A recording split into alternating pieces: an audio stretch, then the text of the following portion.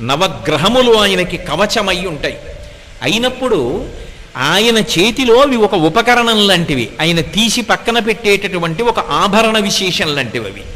ఆయనకి ఎవడు భక్తితో ఉంటాడో అటువంటి వాడిని గ్రహములు కూడా చెనకలేవు. నమ శివాభ్యాం అశుభాపహాభ్యాం అని ఆయన అనుగ్రహాన్ని పొందాడనుకోండి, ఆపద వచ్చేస్తోందని మనకి తెలియదు. ఆపద అంటారు.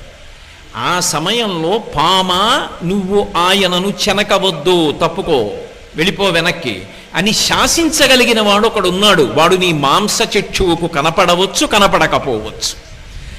అటువంటి వాడెవరున్నాడో వాడు మాత్రమే ఆపద తీసేస్తాడు.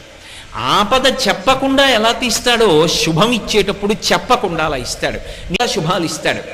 అలా శుభాలు ఇవ్వడం తప్ప అశుభం చెయ్యడం చేత కాని వాడెవరో ఆయన్ని శివ అని పిలుస్తాడు. నేను ఒకప్పుడు నా జీవితంలో ప్రత్యక్షంగా చూశా. ఒక చోట ఒక